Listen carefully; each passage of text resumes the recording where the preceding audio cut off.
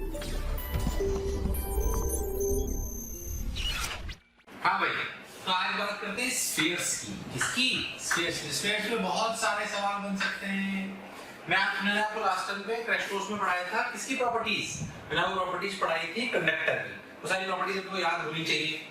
अब बात आती है स्फीयर्स की। किसकी? स्फीयर्स में बहुत सारे सवाल आते हैं। अंदर फील्ड, बाहर फील्ड, ये वो पहले बात समझे। अगर मैं स्फीयर्स की क्लासिफिकेशन को बीच में लिखते हैं समझते हैं। अगर मैं स्फीयर्स की क्लासिफिकेशन को बात करें तो मैं समझ सकते हैं कि स्फीयर्स के दो मेजर पोर्शन है, सॉलिड और हॉलो।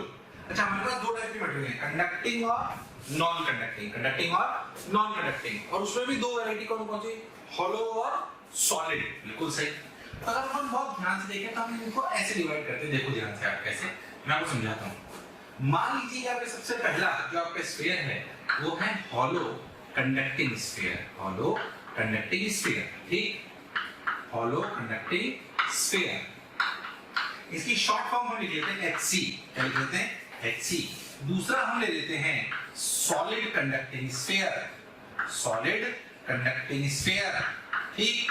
बिल्कुल सही बात सर, सॉलिड कंडक्टिंग स्फीयर। अच्छा, तीसरा हम ले लेते हैं हॉलो नॉन कंडक्टिंग।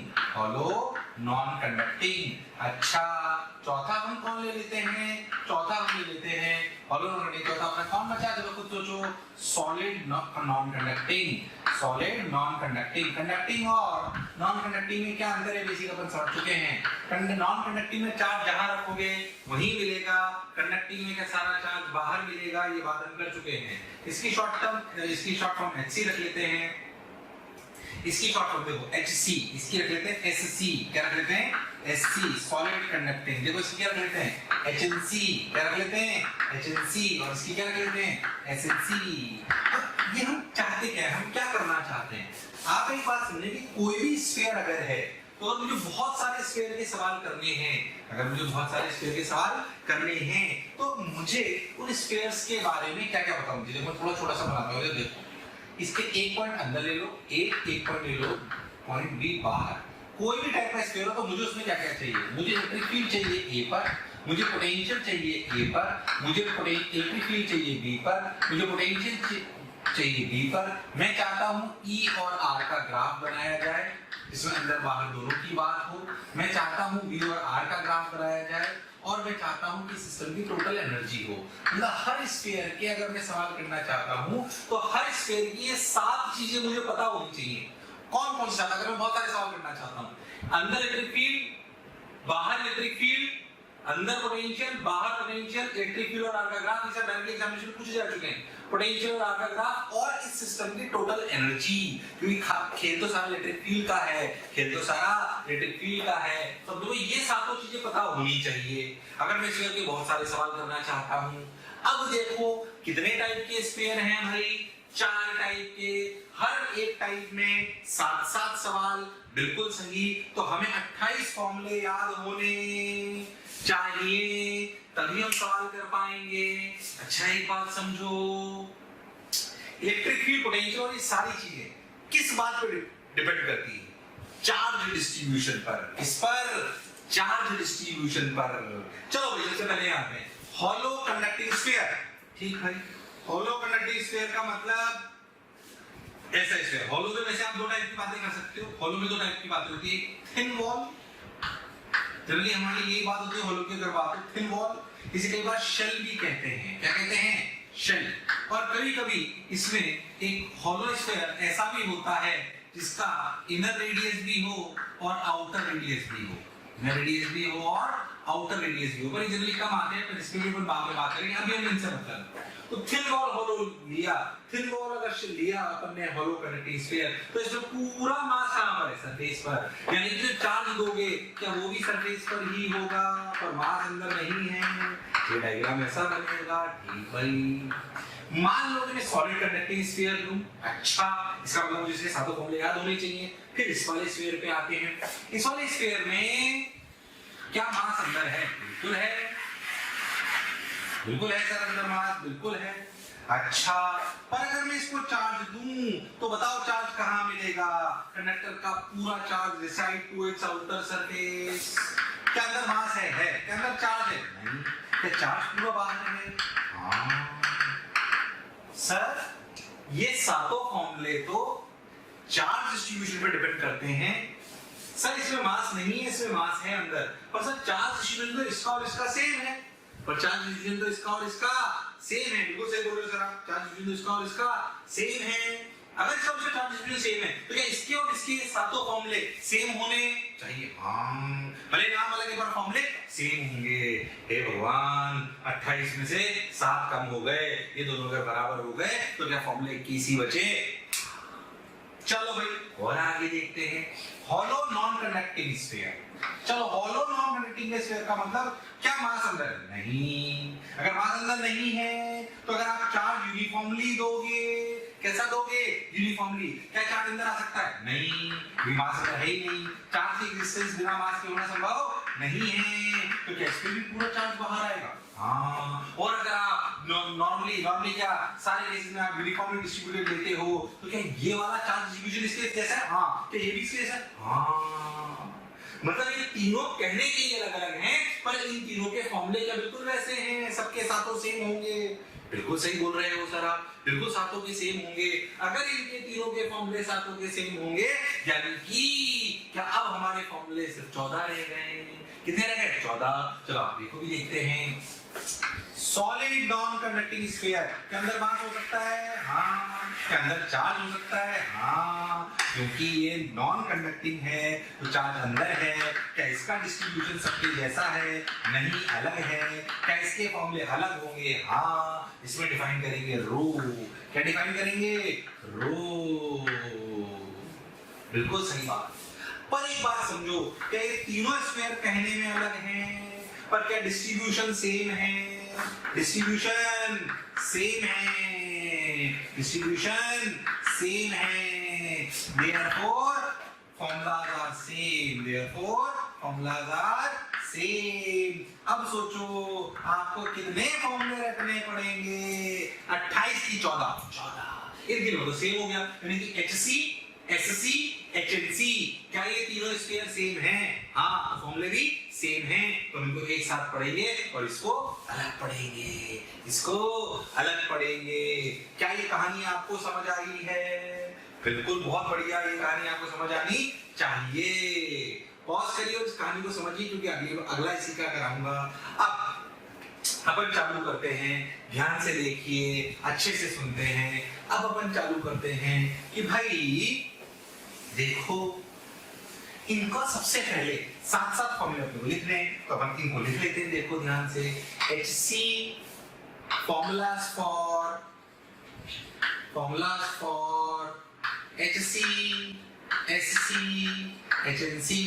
कोई प्रूफ नहीं बता रहा हूं, ऐसे बस ऊपर से बताऊंगा। फॉर्मूले याद होने चाहिए। रेगुलर क्लासेस में पूरे प्रूफ डिटेल वाइज बताता हूं, अभी जरूरत नहीं है, रट लो। सिर्फ फॉर्मूले तरीके बता दूंगा आपको। ध्यान से देखो, अगर इन तीनों से कोई है तो क्या चार्ज डिस्ट्रीब्यूशन ऐसा होगा? बिल्कुल सही बात है।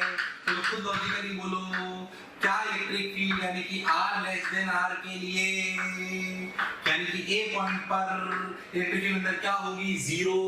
अगर आप यहाँ पे गॉसियन सरफेस बनाओ तो Q इन 0 होगा, तो सिमेट्रिकली क्या E भी 0 आएगा, मतलब अंदर इलेक्ट्रिक फील्ड होगी 0। For R greater than R, आपने कभी सुना हो बाहर अगर आप गॉसियन सरफेस बना लो तो E into 4 pi R square बराबर Q in by epsilon naught। क्या it will act as a point charge? बाहर वाले पॉइंट्स के लिए तो कभी भी दिक्कत वाली स्फीयर्स में चिंता नहीं है, क्योंकि बाहर वाले पॉइंट्स के लिए स्फीयर में चिंता ही नहीं। बाहर वाले पॉइंट क्यों?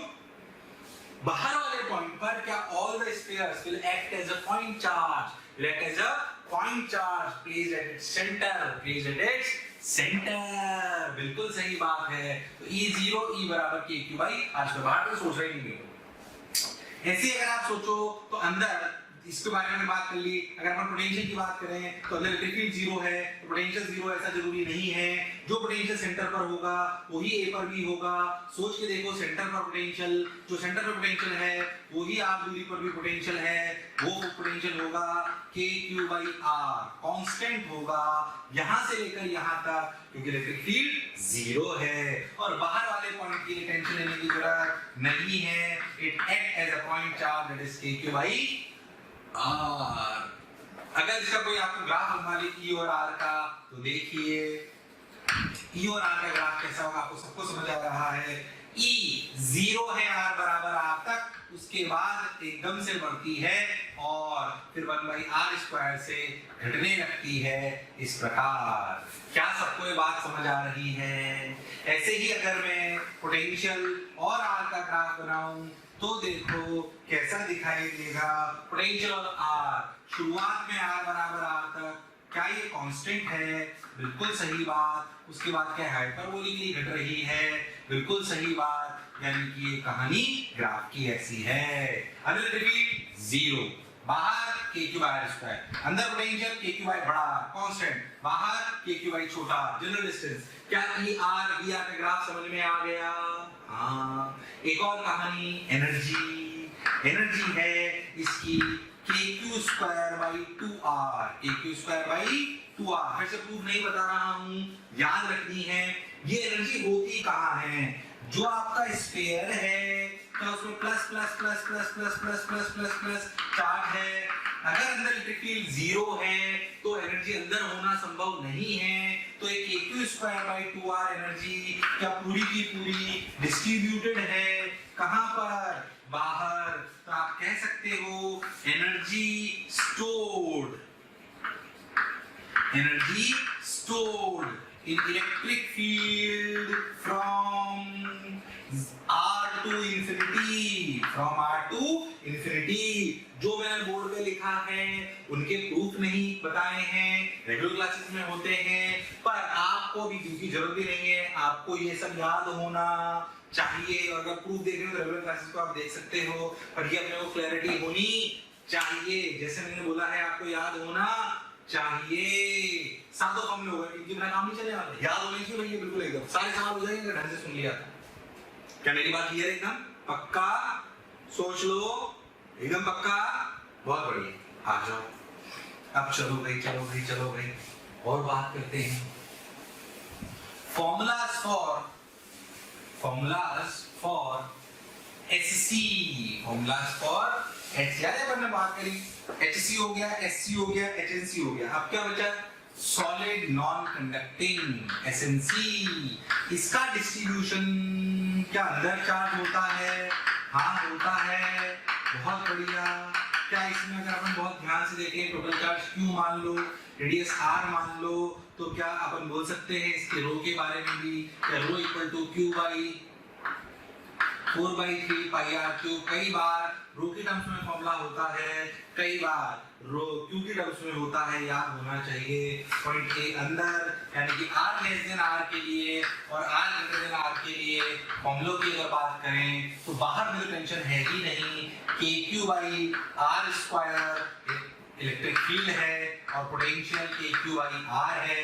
मैंने आपको पहले भी बोला था बाहरी पॉइंट्स के लिए टेंशन नहीं लेनी। For outside point all the spheres act as a point charge placed at its center। पर इसलिए ये दोनों फॉर्मूले अपने को याद होने चाहिए। देखो ध्यान से क्या क्या। इलेक्ट्रिक फील्ड का फॉर्मूला है kq/r/r3, kq/r/r3, या फिर रो की टर्म्स में ρr/3ε0, kq/r3 या फिर ρr/3ε0। प्रूफ में नहीं जा रहा हूं, कैसे वैसे करते हैं हल्का सा बता देता हूं। क्या करते हैं, यहाँ पर ऐसे गॉसियन सरफेस बनाते हैं, फिर E × 4πr² Q/f0 अंदर का पूरा चार्ज लिखते हैं और फिर ये रहा।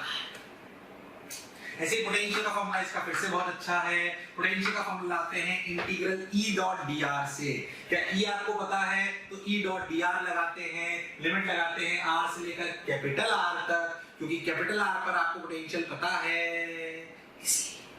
तो देखो इसका पोटेंशियल का फॉर्मूला है kq/2r³ × 3r² - r²। ध्यान से देखो, फॉर्मूले को याद होना चाहिए। देखो सेंटर पे पोटेंशियल कितना है? 3kq/2r, 3kq/2r। जब r 0 हो जाएगा, अंदर की तरफ बात हो रही है। और सरफेस पर कितना है? तो r बराबर r। तो ध्यान से देखो 2r² - r² kq/r।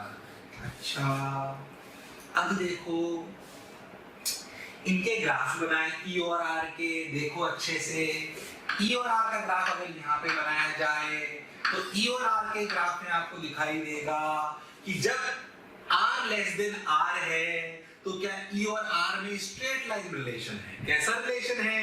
Straight line relation है। बिल्कुल सही बोले सर आप, स्ट्रेट लाइन रिलेशन है, यानी कि ये ग्राफ ऐसा जाएगा कहां तक? r बराबर r तक, r बराबर r तक। उसके बाद वो 1/r² से चलेगा तो ग्राफ ऐसा आएगा, परेशान होने की जरूरत नहीं है। और देखो अगर मैं v और r की बात करूं तो v और r का अगर ग्राफ बनाया जाए तो ये अपना v, ये अपना r, ये थोड़ा सा ट्रिकी है। देखो तुम ध्यान से देखो तो ये पूरी टर्म कांस्टेंट है, तो कोई कुछ इस टाइप का दिखाई दे रहा है, तो a - br²। देखो ये पूरा a कांस्टेंट, फिर ये b, फिर ये r²।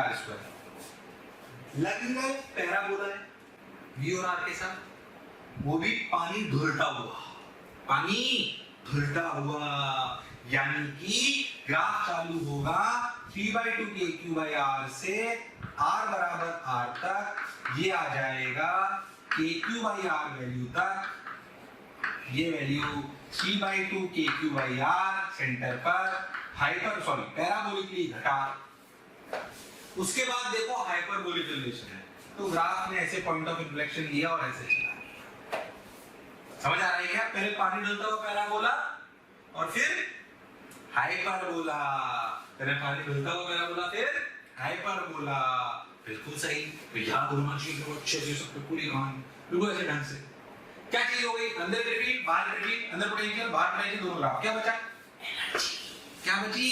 एनर्जी। अच्छा आप सोचो अगर ऐसा स्फीयर है तो क्या अंदर इलेक्ट्रिक फील्ड है? हाँ है। जीरो तो नहीं है। क्या बाहर इलेक्ट्रिक फील्ड है? हाँ है। ध्यान से देखो, अंदर इलेक्ट्रिक फील्ड भी है, बाहर इलेक्ट्रिक फील्ड भी है। अब सोचो अच्छे से, इसकी जो टोटल एनर्जी आती है वो अंदर और बाहर की होती है।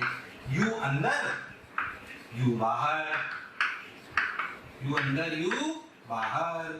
सोचो बाहर की पोटेंशियल एनर्जी बिल्कुल वैसी ही होगी जैसा होलो स्फीयर में थी, क्योंकि बाहर की इलेक्ट्रिक फील्ड बिल्कुल वैसी है, तो बाहर की एनर्जी क्या kq²/2r होगी? हाँ बिल्कुल सही। अब सोचो अंदर की, मैं आपको बताता हूँ इसमें टोटल एनर्जी होती है 3/5 kq²/r, और अंदर की कितनी होगी? सोचो फिर अगर अपनी टोटल इतनी है तो याद रखिए अंदर और बाहर वाली सब kq²/2r। बिल्कुल अच्छे से देखो ध्यान से, तो टोटल एनर्जी 3/5 kq²/r। याद रखना है पहली बात तो ये अंदर होती है बाहर होती है, दोनों जगह होती है, अंदर भी होती है और बाहर भी होती है। बाहर वाली तो बिल्कुल पहले वाले स्पेस जैसी होती है, हाँ वही है। बाहर वाली अपने लिखिए, अब अंदर वाली की सोचो 3/5 kq²/r माइनस kq²/2r, 10 का एलसीएम लीजिए, 2 इधर आ गया, इधर 2 3 6, 6 में से kq²/10r, kq²/10r।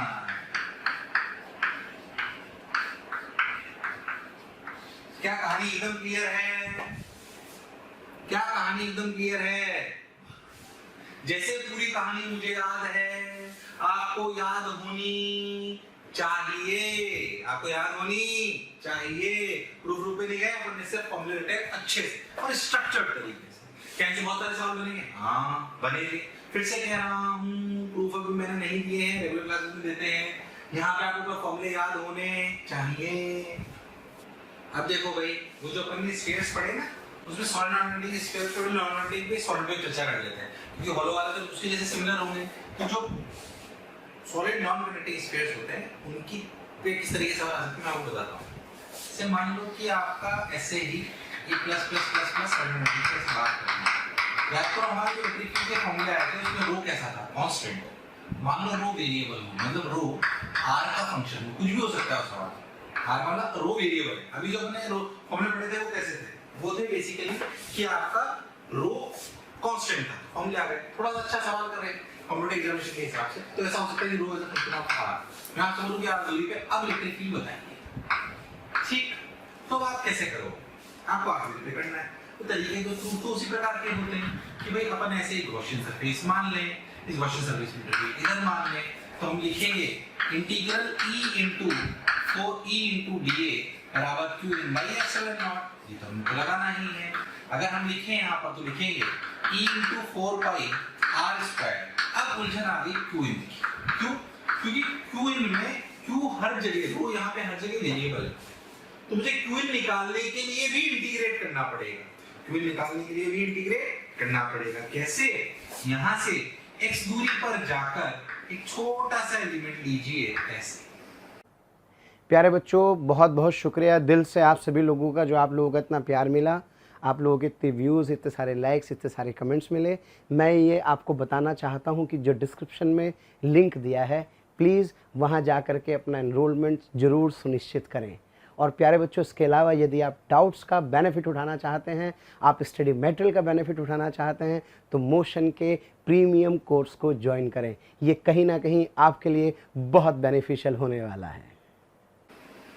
इस छोटे से एलिमेंट में छोटा सा चार्ज क्या होगा, dq। वो dq चार्ज होगा basically rho as a function of r, जो भी उसने दे रखा हो, rho as a function of r into, ध्यान से देखो तो 4 पाई x स्क्वायर dx। इसकी एरिया 4 पाई x स्क्वायर पर जैसे स्फीयर का, और उसकी मोटाई dx। ठीक, तो rho as a function of x, वो r ले लो, x ले लो, जो आपको दे रखा है। Rho as a function of x, जो यहाँ पे आ रहा है वो x बन गया यहाँ पे, तो rho as a function of x 4 by x square dx। तो टोटल q इन क्या हुआ? q इन हुआ integration of rho as a function of x 4 pi x square dx limit from 0 to r। ये क्या बन गया? q इन। इस q इन को यहाँ रख लीजिए 0 to r, rho as a function of x 4 pi x square dx upon epsilon naught, और इसे सॉल्व कर लीजिए। अब जो भी इसका फंक्शन दे रखा हो वो आपके लिए अपना सवाल हो गया, पर ऐसे अगर रो वेरिएबल हो तो सवाल सॉल्व करा जा सकता है। रो कांस्टेंट हो, रिलेटिव के अंदर आती है, बिल्कुल आती है। अगर रो वेरिएबल भी हो टफ सवाल तो भी हम कर सकते हैं, बिल्कुल सही बोले जरा। और सुने, अब इसमें कुछ सवाल जो और आते हैं वो आते हैं यूनिट टर्मिनल प्रॉब्लम्स कहते हैं। वो कैसे होते हैं, ध्यान से देखो। मान लीजिए कि आपको in solid non conducting spheres में मैं ऐसी पतली सी टनल बना दूं, पतली सी, ये इतनी पतली है किसी डिस्ट्रीब्यूशन में कोई फर्क नहीं पड़ी, बढ़िया फ्रिक्शन है, एकदम शानदार। ठीक, इंटरनल प्रॉब्लम्स बोलते हैं। मैं इससे सवाल बनाता हूँ, एक आपको समझ में आएगा। कोई रो, कूलम, मीटर, पर क्यूब, इस तरीके से। मान लीजिए मैं आपसे बोलूं कि यहाँ पे Q नॉट चार्ज है जिसका मास m है। मैं आपसे बोलूं कि इस Q नॉट चार्ज को अगर छोड़ दो तो कहाँ भागे? इधर भाग जाए, इधर भाग जाए। इसको अपन A मान लेते हैं, इसको अपन B मान लेते हैं, और इसको अपन C मान लेते हैं। कोई आपसे पूछे कि बताओ ये V minimum such that it reaches B। कोई आपसे पूछे कि बताइए कितनी मिनिमम रफ्तार दूं, कि ये चार्ज यहां पहुंच जाए। अगर छोड़ देते तो क्या इधर भाग जाता? अगर छोड़ देते तो ये इधर भाग जाता। क्या ये इधर फेंका जाए तो इधर पहुंच सकता है? हाँ। अब कैसे करें? ध्यान से देखो, क्या इसको अगर यहां पहुंचाना है तो सोचो सेंटर तक अगर पहुंच गया तो क्या अपने आप यहां चला जाएगा? मतलब मैं इसे इतनी रफ्तार से दूंगी सेंटर तक पहुंच जाए तो अपने आप यहां चला जाएगा। तो एनर्जी रिजर्वेशन ए और बी के बीच में करेंगे, ए और सी के बीच में, क्योंकि ए और बी का पोटेंशियल तो सेम है, वो दोनों ही सरफेस पर है। अगर मुझे बी तक पहुंचाना है, अगर मुझे कहां तक पहुंचाना है? बी तक, तो एनर्जी रिजर्वेशन कहां जमा करें? सी पर, और सी पर जस्ट पहुंच जाए तो सी की रफ्तार क्या हो जाए? 0, और पूरी कलर में फील्ड है तो लिखा जाएगा potential energy at A plus kinetic energy at A equal to potential energy at C plus kinetic energy at C. अगर मिनिमम की बात करनी है तो kinetic energy at C just 0 हो जानी चाहिए। पोटेंशियल एट ए क्या लिखा जाएगा? Q not into potential at A, याद करो सरफेस पर पोटेंशियल के Q by R plus kinetic energy half m V minimum square. Final kinetic energy, sorry potential energy center पर, पीछे देखो क्या सेंटर पर पोटेंशियल 3/2 के Q बाई R प्लस 0। क्या आंसर निकल आएगा? आंसर निकल आएगा, हाँ बिल्कुल, बहुत बढ़िया सर। हो गया सवाल। सोचो मैं इसको यहां से ना छोड़ के r/2 से छोड़ता, तब भी तो सवाल कर सकते थे तुम लोग, क्योंकि क्या r/2 पे पोटेंशियल होता है, क्या वो हम फॉर्मूला kq/2r³ 3r² - r² से लिख सकते हैं। ऐसे बहुत सारे सवाल आ सकते हैं। कैसे और आ सकते हैं? सोच मैं यहाँ पे -q0 लेता और रफ्तार न देता और छोड़ देता और पूछता सेंटर पे क्या रफ्तार होगी, तब भी क्या एनर्जी कंजर्वेशन से सवाल कर सकते हैं। क्या ऐसे बहुत सारे सवाल बनाए जा सकते हैं। रेगुलर क्लास में हम 2-3 बना देते हैं, पर आपको बात समझ में आनी चाहिए। इस टनल की एक और खूबसूरती देखो। क्या इस टनल पे अगर आप बहुत ध्यान से देखो तो मैंने ऐसी पतली सी टनल बनाई अपने डायमेट्रिक पॉइंट्स को लेते हुए। अगर मैंने ऐसी पतली सी बनाई, सोचो कि अगर मैं इसके सेंटर पर एक -q0 चार्ज रख दूं, मास m रख दूं, सोचो मैं उसे x हिलाऊं, तो क्या उस पर इलेक्ट्रिक फील्ड जो लगेगी वो लगेगी ρx/3ε0। तो उसको लगने वाला फोर्स क्या होगा, -ρx/3ε0 इनटू q0, यानी कि ρq0x। आपको नहीं लगता ये फोर्स एसएचएम की इक्वेशन है? तो क्या इसको लिख देंगे, क्या ये इक्वेशन है बराबर -kx टाइप हो गई, तो आपको नहीं लगता ये पार्टिकल एसएचएम करेगा? हाँ। टाइम पीरियड क्या निकाल सकते हो? हाँ। अच्छा सी खूबसूरत बात होता है क्या, अगर आप इस टनल को डायमीटर से ना पास करते हुए ऐसे ले लो, तब भी ये टाइम पीरियड यही इक्वेशन आएगी और टाइम पीरियड सेम आएगा। ये मैं करा नहीं रहा, आपको खुद को करना है। रेगुलर क्लास में पूरा प्रूफ बताता हूँ, है ना। अभी आपको ट्राई कर सकते हो, कर सकते हो, मान लीजिए ट्राई करना, बोलो क्लियर है एकदम, तो टनल वाली प्रॉब्लम आए तो भी हम कर सकते हैं, क्या दिक्कत है। ये हमें आ ही रहा है समझ में, क्लियर है एकदम, पक्का, बहुत बढ़िया। फिर से मैं बार बार कह रहा हूँ, क्रैश कोर्स उन्हीं बच्चों के लिए है जो एक बार पढ़ चुके हैं 12वीं में, या जो 12वीं में थोड़ी बहुत कोचिंग करी थी, स्कूलों में पढ़े हैं, है ना। ये उनके लिए नहीं है जो स्टार्टर्स हैं, फ्रेशर हैं, वो रेगुलर लेक्चर्स देखिए, वो धीरे धीरे होते हैं, काफी स्लो बोले जाते हैं और इलस्ट्रेशंस के साथ होते हैं और ज्यादा। क्रैश कोर्स में हम 8-8 10-10 के लेक्चर के चैप्टर्स को मात्र 2 या 3 में खत्म कर रहे हैं। जैसे अगर इलेक्ट्रोस्टैटिक्स की बात करूं तो इलेक्ट्रोस्टैटिक्स के हम 12th में करीबन 22 से 23 लेक्चर लेते हैं, जो मैं आपको 5 लेक्चर में कर दूंगा। पर ये बहुत है जो क्रैश कोर्स कर रहे हैं, जो जेईई की तैयारी कर रहे हैं, एक बार कर चुके उनके लिए बहुत है। क्लियर है क्या एकदम, बात समझ आई क्या? अब देखो भाई और किस तरीके की बातें, बात कर लेते हैं नॉन कंडक्टिंग कैविटीज की। किसकी करें? Non conducting cavities. Non conducting cavities जो बच्चे हल्का फुल्का पढ़ चुके हैं उनके लिए बहुत फायदेमंद लेक्चर है रिवीजन के हिसाब से, शानदार एकदम। घरों से कर रहे हैं हम वैसे ही बहुत बढ़िया बना के, मजा आ रहा है एकदम शानदार, है ना।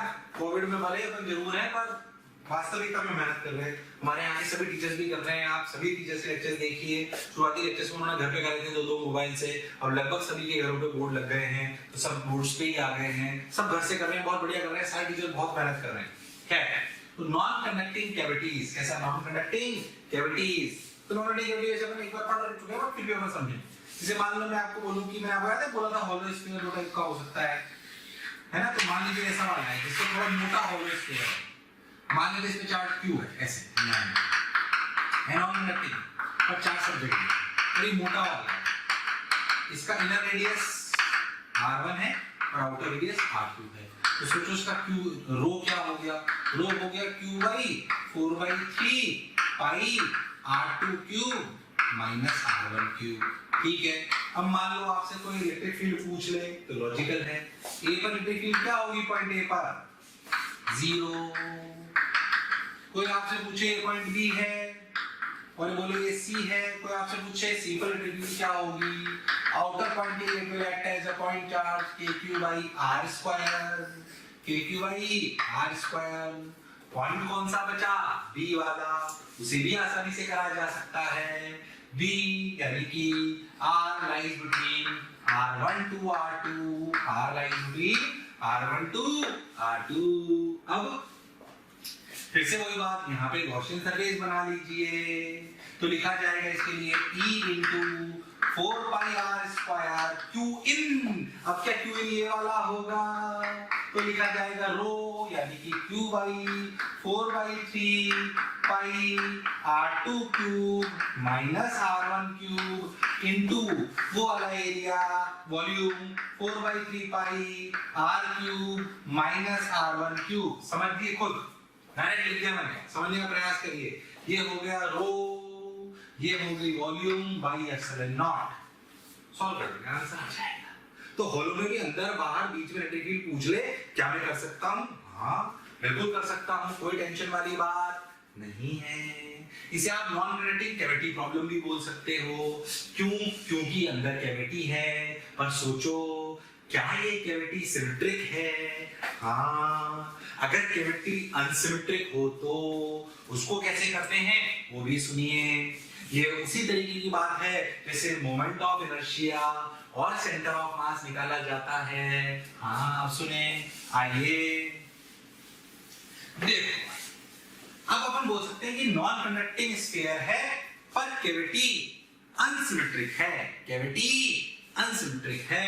ध्यान से देखिए, सवाल आपको समझ में आएंगे। मान लीजिए, मैं एग्जाम्पल इलस्ट्रेशन से देता हूं, ध्यान से देखिए। मान लीजिए कि आपके ऐसे स्फीयर है और आपकी कैविटी इस जगह पर है, ठीक। मान लेते हैं कि जो आपका स्फीयर है इसका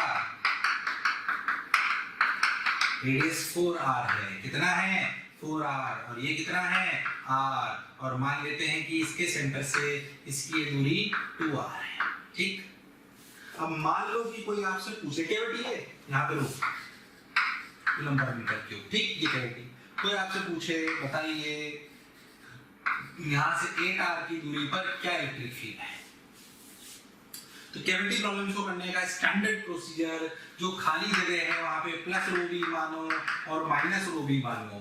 जब प्लस रो मानोगे तो क्या ये पूरा का पूरा चारों स्फीयर वाला 4r का रेडियस क्या पूरा एक गोला बन जाएगा? हाँ, उससे 8r की दूरी पर इलेक्ट्रिक फील्ड बताना बड़ी बात नहीं है। क्या इस स्फीयर के लिए ये बाहर वाला पॉइंट है? हाँ, तो क्या इलेक्ट्रिक फील्ड लिखी जाएगी के क्यू, क्यू कितना?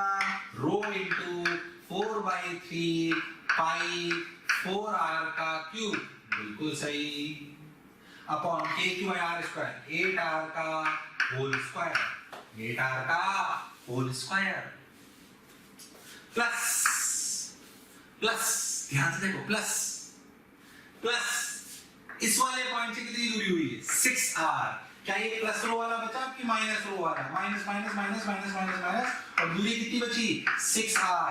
क्या इससे इलेक्ट्रिक फील्ड इधर होगी? हाँ, क्या वो लिखी जाएगी? k इंटू क्यू, क्यू की जगह rho into 4/3 pi r cube by 6r का होल स्क्वायर। क्या electric field net this minus this होगी? हाँ, सॉल्व नहीं करना, टाइम खराब नहीं कर रहे। दिस माइनस दिस कर लो, क्या आंसर आ जाएगा? हाँ, स्टैंडर्ड प्रोसीजर। मैं एक और इलस्ट्रेशन बच्चों को कराता हूं, समझ में आ जाएगा आपको। यहीं पे मैं यहाँ ना पूछ के इलेक्ट्रिक फील्ड इस जगह पूछता 2r दूरी पर, तो सोचो अभी भी ऐसे ही करते। क्या इसके लिए ये पॉइंट यहाँ आ जाता तो इलेक्ट्रिक फील्ड के क्यू बाई आर स्क्वायर वाली लगती कि रो r बाई 3 एप्सिलॉन नॉट वाली लगती? रो r बाई 3 एप्सिलॉन नॉट वाली लगती, क्योंकि अब बड़े वाले के अंदर आ जाता, पर क्या छोटे वाले के लिए बाहर होता? तो ये वो पॉइंट है जो दोनों के अंदर है। यहाँ इलस्ट्रेशन लेता तो एक के अंदर और एक के बाहर, एक के अंदर और एक के बाहर, बिल्कुल सही। क्या वो सवाल भी अपन कर सकते हैं? जाहिर सी बात है, एक सवाल को समझ में आया दोनों के बाहर, एक समझ आया एक के अंदर और एक के बाहर। जो अपने मन में बात आती है, जो इम्पोर्टेंट भी है, कई बार एग्जामिनेशन में आ चुकी है कि अगर सर पॉइंट दोनों के अंदर हो तो वो स्टैंडर्ड है, उसको और अच्छे से समझते हैं। देखिए कैसे, देखो देखिए देखिए देखिए कैसे, देखो, आओ भाई आइए मिलके करते हैं। क्या करें? देखो देखो, अब मान लो कि आपका ऐसे गोला है और आपकी एक कैविटी है, स्टैंडर्ड लेते हैं, और ये plus plus plus plus plus है। तो प्रूफ थोड़ा समझ लें, अच्छा लगता है, काम का है, इंपॉर्टेंट है। मान लेते हैं इसके सेंटर से इसके सेंटर की दूरी L वेक्टर है। यहाँ पे एक पॉइंट लेते हैं, तो यहाँ से दूरी r1 वेक्टर लेते हैं और यहाँ से दूरी r2 वेक्टर लेते हैं। कोई भी जनरल पॉइंट अंदर लेते हैं, प्लस रो माइनस रो अगर मान लें तो क्या पूरे बड़े के अंदर अगर अपन समझे तो क्या ये वाले पॉइंट के लिए क्या ये इलेक्ट्रिक फील्ड ऐसे r1 वेक्टर दूरी पर होगी? हाँ, ऐसे ही ये वाला एक छोटा सा उसके भी अंदर आ गया, minus minus minus minus minus minus minus minus minus, ये दूरी क्या r2 वेक्टर दूरी पर होगी? हाँ, बिल्कुल सही। अब देखो, जब हमने कोई स्फीयर लिया था तो उसके अंदर जो इलेक्ट्रिक फील्ड आई थी वो इलेक्ट्रिक फील्ड क्या, जो आपने इलेक्ट्रिक फील्ड आई थी वो आई थी रो r by 3 epsilon नॉट। असलियत में वो इलेक्ट्रिक फील्ड थी रो r vector by 3 epsilon not. क्या इलेक्ट्रिक फील्ड इसी डायरेक्शन में थी? तो ऐसे थी, उसी r वेक्टर डायरेक्शन में। तो प्लस रो होगा तो अपने आप इधर, माइनस होगा तो अपने आप अपोजिट। अब सोचो, यानी कि इस जगह पे इलेक्ट्रिक फील्ड किसकी वजह से? E1 वेक्टर, क्या रो r1 vector by 3 epsilon not E net लिखते हैं तो क्या E1 वेक्टर आ जाए प्लस उसकी वजह से रो मतलब माइनस रो, माइनस को आया समझ में आया, minus rho r2 vector by 3 epsilon naught, बिल्कुल सही। यानी कि क्या net electric field rho by 3 epsilon नॉट r1 vector minus r2 vector, बिल्कुल सही से समझ आ रहा है। यानी कि अब इस डायग्राम को देखो, आपको लगता है L vector plus R2 vector is R1 vector, बिल्कुल सही सर, लगता क्या दिख ही रहा है, L vector plus R2 vector equal to R1 vector, क्या L vector equal to R1 vector minus R2 vector. हाँ, अरे यहाँ भी R1 vector minus R2 vector आ रहा है, अरे तो L वेक्टर है। हाँ, यानी कि क्या rho L vector by 3 epsilon नॉट, ओ हो, अरे तो इलेक्ट्रिक फील्ड कांस्टेंट आ गई। यानी कि इस पॉइंट को कहीं पे भी नचाओ अंदर, क्या यही इलेक्ट्रिक फील्ड आएगी? और ये काम की बात होती है। ऐसे नॉन कंडक्टिंग कैविटी के अंदर इलेक्ट्रिक फील्ड जनरेट कर सकते हैं जो कांस्टेंट होती है। कैसी होती है? कांस्टेंट। और क्या उसकी डायरेक्शन वो ही होती है जो एल वेक्टर की होती है। हाँ, electric field I rho L vector by 3 epsilon not, और इसकी खूबसूरत बात यही है कि ये कांस्टेंट आती है। कैसी आती है? कांस्टेंट। इसलिए घबराने की जरूरत नहीं है, कांस्टेंट आ गई जो बात बन गई, मैं आ गया, बढ़िया शानदार एकदम क्लियर। तो ये कंडक्टिंग नॉन कंडक्टिंग कैविटीज के अनसिमेट्रिक भी अगर हो तो भी हमें ये सवाल समझ में आने चाहिए। रो वेरिएबल हो तब भी हमें कोई दिक्कत नहीं है, मोटा होलो स्क्वायर हो तब भी हमें कोई दिक्कत नहीं है, और बाकी स्टैंडर्ड फॉर्मूले तो हमें याद हैं ही। अब हम क्या पढ़ेंगे? अब हम पढ़ेंगे कंडक्टिंग कैविटीज। क्या पढ़ेंगे? Conducting cavities. आइए कंडक्टिंग कैविटीज पे चर्चा चालू करते हैं।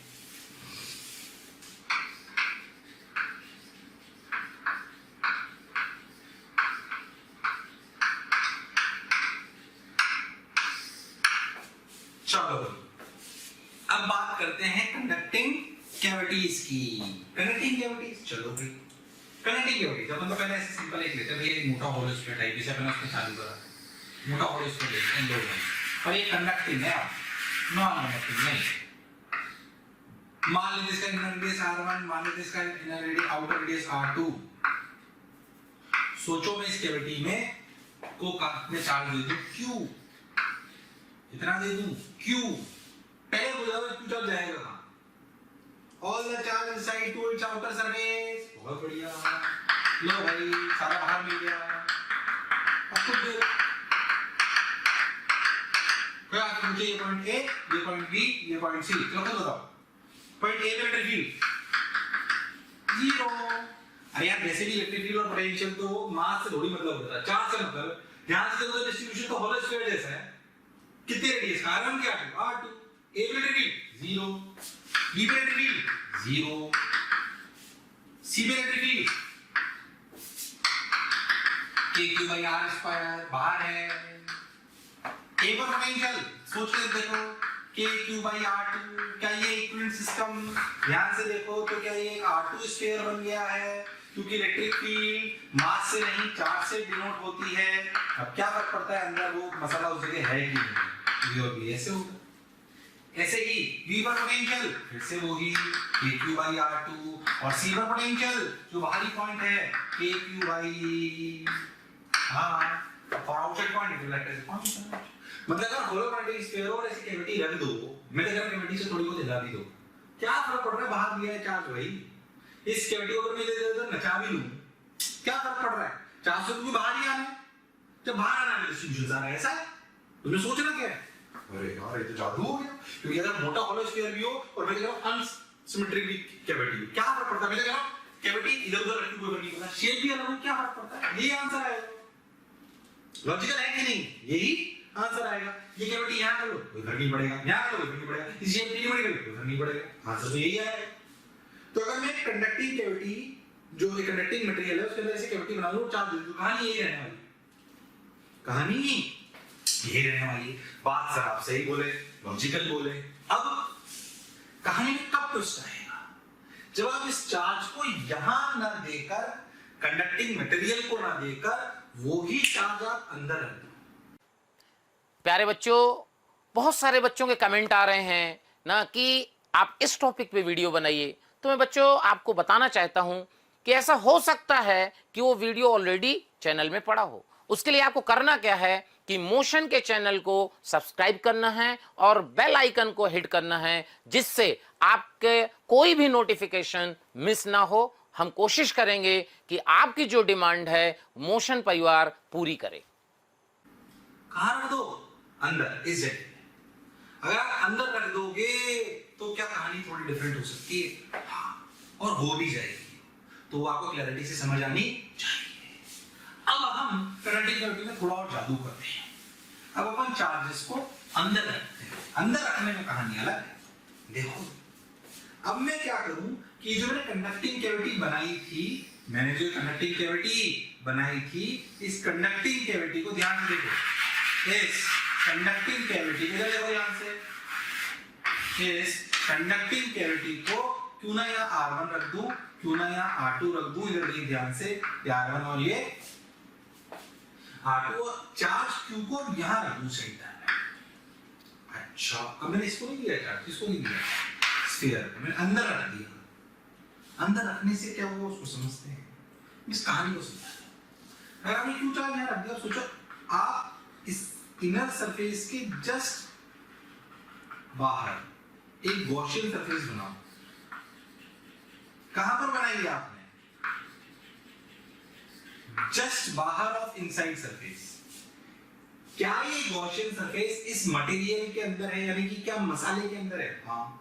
क्या ये मसाला कंडक्टिंग है? हाँ। इसका मतलब इस जगह इलेक्ट्रिक फील्ड जीरो होना जरूरी है। हाँ, क्योंकि इलेक्ट्रिक फील्ड जीरो नहीं होगी तो चार्जेस दौड़ेंगे, और तब तक दौड़ेंगे जब तक इलेक्ट्रिक फील्ड जीरो ना हो जाए। ये तो बेसिक प्रॉपर्टी है किसकी, कंडक्टर की। मतलब इस गॉसियन सरफेस पे तो क्या electric field equal to zero everywhere, बिल्कुल लॉजिकली होना आवश्यक है। इसका मतलब क्या, फ्लक्स इक्वल टू जीरो, हाँ। इसका मतलब क्या, क्यूइंग जीरो, हाँ। अरे सब क्यों तो क्यों नजर आ रहा है, पर ये होना भी जरूरी है। इसका मतलब क्या कहीं माइनस क्यू भी है, माइनस क्यू हवा में तो नहीं आ सकता। क्या ये चार्ज इंड्यूस होना पड़ेगा, क्या कंडक्टर की इनर सरफेस पर, कहां पर, कंडक्टर की इनर सरफेस पर, यानी कि इस ये माइनस क्यू इंड्यूस होना कंपल्शन हो गया। अगर यहां क्यू है तो यहां माइनस क्यू होना पड़ेगा, अगर ये होल्ड करना है। अच्छा, कंडक्टर तो हमारा न्यूट्रल था, अगर यहां माइनस क्यू इंड्यूस हो गया तो प्लस क्यू भी कहीं इंड्यूस होगा। क्या प्लस क्यू इंड्यूस बीच में कहीं हो सकता है? नहीं, क्योंकि बीच में अगर होगा तो ये कहानी वैलिड नहीं होगी। तो प्लस क्यू कहां इंड्यूस होगा, बाहर। तो अंदर चार्ज रखने पर इनर सरफेस पे उसका अपोजिट आ जाता है, और उतना ही आउटर सरफेस पर आ जाता है, उतना ही आउटर सरफेस पर आ जाता है। बात तो सर आप सही बोल रहे हैं। अब देखो, अगर हमारे 3 पॉइंट हैं ए, बी और सी, अब अगर हमारे 3 पॉइंट हैं ए, बी और सी, ए पर इस Q का भी इफेक्ट होगा, इस माइनस Q का भी होगा, इस Q का भी हो सकता है, ऐसे ही B पर भी और C पर भी। यानी कि A पर ध्यान से देखो तो 3 इंपैक्ट हैं, बी पर भी 3 इंपैक्ट हैं, सी पर भी 3 इंपैक्ट है। मतलब अगर आप बहुत ध्यान से देखो तो ये जो आपका सिंगल चीज दिख रही है ये 3 चीजों का समेशन है। एक पॉइंट चार्ज क्यू, एक ऐसा स्फीयर जिस पे माइनस क्यू चार्ज है जिसका रेडियस r1 है, और एक ऐसा स्फीयर जिस पे प्लस क्यू चार्ज है और उसका रेडियस r2 है। यानी कि जो एक सिंगल चीज दिख रही थी वो इलेक्ट्रिक फील्ड और पोटेंशियल के पर्सपेक्टिव में ऐसे 3 हैं। यानी कि मुझे अगर कुछ भी लिखना हो तो क्या मैं इलेक्ट्रिक फील्ड, पोटेंशियल सब कुछ क्या इन तीनों की वजह से हर जगह लिखूंगा? बिल्कुल सही। अब देखो लिखते चलो, क्या दिक्कत है, समझ आए। ए पर इलेक्ट्रिक फील्ड सोचो क्यू की वजह से, ए पर इलेक्ट्रिक फील्ड क्यू की वजह से सोचो, K Q by are square general. इस माइनस क्यू की वजह से ए पर 0, कितनी 0, होलो स्फीयर के अंदर इलेक्ट्रिक फील्ड क्या होगी 0, इसकी वजह से 0, नेट कितनी हुई के क्यू बाई आर स्क्वायर। बिल्कुल सही। ऐसे ही अगर मैं पोटेंशियल एट ए लिखूं इस क्यू की वजह से के क्यू बाई आर, सोचो माइनस क्यू की वजह से क्या ये पॉइंट अंदर है, हाँ, तो plus minus K Q by r1, सही बोल रहे हो, प्लस उसकी वजह से के क्यू बाई r2, तीनों का सम। देखो लिख लिया आपने, बढ़िया बात बता रहा हूं कि पोटेंशियल लिखिए ए पर, बी पर देखो नेट बी, काम की बात है। इसकी वजह से k Q by general R square, minus Q के लिए बाहर वाला तो minus K Q by are square, उसकी वजह से 0, टोटल 0। क्या बी मसाले के अंदर है? क्या 0 आनी चाहिए? क्या आ रही है? मतलब जो पढ़ा वो समझा बिल्कुल सही है। पोटेंशियल एट बी खुद के क्यू की वजह से k Q by R minus K Q by R plus के क्यू बाई r2, सोचो उसकी वजह से कांस्टेंट आती है होलो स्फीयर के अंदर, तो के क्यू बाई r2 क्या कांस्टेंट आया? आना भी चाहिए क्योंकि बी मसाले के अंदर है, वहां इलेक्ट्रिक फील्ड 0 आनी चाहिए और पोटेंशियल कांस्टेंट आना चाहिए। बात बिल्कुल सही है। Electric field at C q की वजह बाहर के Q by are square minus Q की वजह से k Q by are square plus के Q by are square equal to again के क्यू बाई आर स्क्वायर, और outside point it should act as a point charge, यानी कि सिर्फ इस चार्ज पे डिपेंड कर गया। हाँ, ऐसे पोटेंशियल एट सी लिखें तो K Q by R minus K Q by R plus के क्यू बाई आर अगेन के Q by R. Outside point के लिए पॉइंट चार्ज की तरह बिहेव करा। सबसे अच्छी बात की ए वाली, देखो कहीं भी इलेक्ट्रिक पोटेंशियल कुछ मुझे आता है, सोच अंदर रखो बाहर रखो कुछ भी करो, मुझे कोई दिक्कत नहीं, मैं कर सकता हूँ इन सवालों को। सोचो तो पूरा चार्ज बाहर दे दो तो भी मुझे सवाल करना आता है, अंदर रख दो तो भी मुझे आता है, तो ये कहानी मुझे समझ आ रही। बहुत बढ़िया बात बताइए, मैंने अगर आपने नहीं पढ़ाया तो बहुत शानदार क्लैरिटी होनी चाहिए एकदम। क्या बात अच्छे समझ में आई? पक्का सोच लो, अच्छे से पॉज करके देखो इसको ध्यान से पलट पलट के। चलो मैं तो कहता हूं मैं आपको थोड़ा सा टफ सवाल और दे देता हूं, उसमें ऐसी कौन सी खास बात है। देखो भाई थोड़ा टफ सवाल और क्या है, टफ सवाल इसमें क्या करो, समझ में आ गई बात, कोई दिक्कत नहीं है। मैं कहता हूं ये रेडियस 2r ले लो, ये रेडियस 3r ले लो, यहाँ पे सब जगह मसाला ले लो, यहाँ पे चार्ज q रख लो, इसको चार्ज 3q दे दो, मतलब मैंने दोनों काम करे, अंदर भी रख दिया 3q भी दे दिए। अब मैं आपसे पूछ लूं कि पॉइंट ए पर पोटेंशियल बताइए, मैं आपसे दो सवाल पूछ रहा हूं, पॉइंट ए पर पोटेंशियल बताइए और पॉइंट बी पर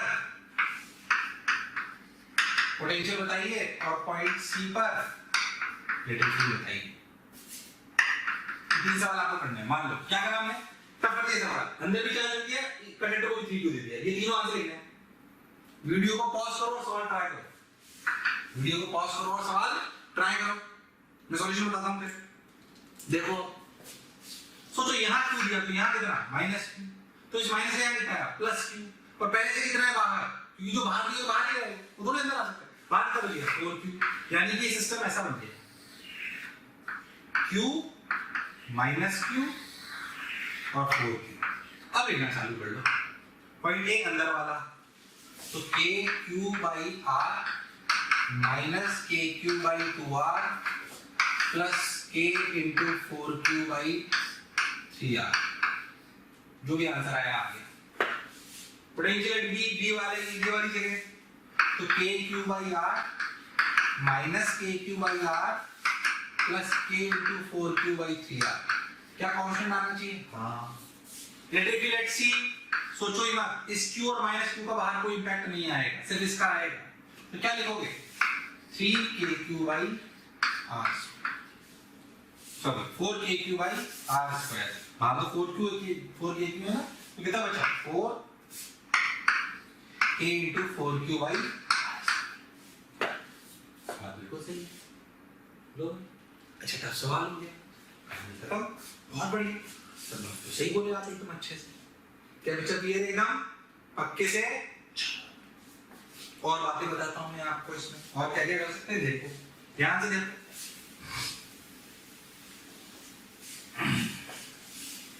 एक बढ़िया खूबसूरत बात देखो, मान लो मैं आपको बोलूं, जो मैंने भी आपको समझाया उसको समझने का प्रयास करो कि अगर मैंने यहाँ कोई चार्ज रखा Q, तो यहाँ कितना है माइनस Q, यहाँ कितना है प्लस Q, बाहर आपने रख दिया ठीक है। तो थोड़ा टफ बात देता हूँ, इसको बोलो Q इनसाइड, ठीक, इसे बोलो Q आउटसाइड। और मैं तो कह रहा हूँ कि आप एक एक्सटर्नल फील्ड भी लगा लो, ये एक्सटर्नल, ठीक, या आप ऐसे समझो कि इसको अपन यहाँ पे एक चार्ज, तो जो यहाँ पे जो भी मैंने Q टेस्ट चार्ज रखा, बाहर इस टेस्ट चार्ज पे इन दोनों की वजह से क्या इलेक्ट्रिक फील्ड है? 0। तो इलेक्ट्रिक फील्ड है किसकी वजह से? इसकी वजह से। यानी कि जो Q एक्सटर्नल, जो Q चार्ज को इंपैक्ट कौन डालता है? सिर्फ ये, ठीक, ये दोनों का बाहर कोई इंपैक्ट। आप और बहुत ध्यान से सोचो, तो ये Q और माइनस Q अपने आप को माइनस Q ऐसे रीअरेंज करता है कि इन दोनों की वजह से इस बाउंड्री के बाहर दुनिया में सब जगह इलेक्ट्रिक फील्ड 0 होती है। सो Q inside arranges himself in such a way, ध्यान सुनना statement, Q inside arranges in such a way that electric field is 0 everywhere outside from inner surface due to Q and minus Q है। समझ में आया? बोले जो अंदर charge रखा गया है और जो अंदर इंड्यूस हुआ है, उन दोनों की वजह से इस इनर सरफेस की बाहर दुनिया में कोई लेना देना नहीं है। मतलब ये दोनों मिलकर इस पर कोई इंपैक्ट नहीं डालेंगे, तो कौन डालेगा? ये। तो उल्टा भी तो सही है। क्या उल्टा सही है? क्या ये इन पे कोई इंपैक्ट डालेगा? नहीं, ये डालेगा, ये इनको नहीं छेड़ेगा, ये भी इनको नहीं छेड़ेगा। ये किसको छेड़ता है? इसको। ये किसको छेड़ता है? इसको। ये किसको छेड़ता है? इसको। ये किसको छेड़ता है? इसको। बात बिल्कुल सही है। यानी कि बाहर वाला बाहर वाली के साथ, अंदर वाला अंदर वाली के साथ। अब समझ आया? बाहर वाला बाहर वाली के साथ और अंदर वाला अंदर वाली के साथ एक दूसरे को छेड़ते नहीं हैं। तो ये जो मटेरियल होता है, ये बाहर वाली दुनिया से इसे कट ऑफ कर देता है। And this phenomenon is known as electrostatic shielding. This phenomenon is known as electrostatic shielding. This phenomenon is known as electrostatic shielding. Electrostatic shielding है क्या? shielding है कि अंदर वाला अंदर वाले के साथ और बाहर वाला बाहर वाली के साथ, ये इसको ये दोनों इंश्योर करते हैं कि बाहर इलेक्ट्रिक फील्ड 0 और ये दोनों इंश्योर करते हैं कि बाहर इलेक्ट्रिक फील्ड 0। मतलब आप ऐसा बोल सकते हो कि अगर ये पॉइंट बी है, तो सोचो यहाँ पे 4 कारणों से इलेक्ट्रिक फील्ड है। Electric field due to Q, electric field due to Q inside, electric field due to external plus electric field due to Q outside। इन सबका समीशन जीरो है, और ये बात भी सच्चाई है कि इन दोनों की वजह से भी जीरो है, ए और इन दोनों की वजह से भी जीरो है। बी पर इसके इलेक्ट्रिक फील्ड, इसके electric field, external electric field, इस इलेक्ट्रिक फील्ड, चार कारणों से इलेक्ट्रिक फील्ड जीरो है, और बी क्योंकि मसाले के अंदर है तो नेट जीरो होना चाहिए। पर ये भी सच्चाई है कि इन दोनों की वजह से भी जीरो है और इन दोनों की वजह से भी जीरो है, इसलिए इसे चेंज करोगे तो ये चेंज होगा, इसे चेंज करोगे तो ये चेंज होगा, ये इसको नहीं छेड़ेगा, ये इसको नहीं छेड़ेगा। ठीक है, तो ई एक्सटर्नल इफेक्ट्स हूं, क्यों आउटसाइड, क्यों आउटसाइड इफेक्ट्स हूं, क्यों आउटसाइड, बाहर वाला, अंदर वाले के साथ और बाहर वाला बाहर वाली के साथ। इसीलिए अगर इसे आप छेड़ोगे तो इन पे कोई फर्क। इसीलिए ऐसे इंस्ट्रूमेंट्स जो इलेक्ट्रिक फील्ड के लिए सेंसिटिव होते हैं उनको कंडक्टिंग कैविटी के अंदर रखा जाता है, ताकि बाहर इलेक्ट्रिक फील्ड चेंज भी हो तो उसको कोई फर्क नहीं पड़ता। इसलिए कोई आपसे पूछे कि आप कार में जा रहे हो और बिजली चमके तो आपको क्या करना चाहिए, ऐसा थोड़ी दरवाजा खोला लेट गए जमीन पे, ये बिजली खंभा पकड़ लिया, उस कार के अंदर ही रहो, क्योंकि कार अपने आप में कंडक्टिंग कैविटी है, तो एक्सटर्नल इलेक्ट्रिक फील्ड उसको इंपैक्ट नहीं करेगी, एक्सटर्नल इलेक्ट्रिक फील्ड उसको इंपैक्ट नहीं करेगी, इसमें कोई शक वाली बात नहीं है। क्या है इलेक्ट्रोस्टैटिक शील्डिंग में जो मैंने बोला है उसको अपने शब्दों में समझिए और उसको रटने का प्रयास करिए, it's a very important parameter.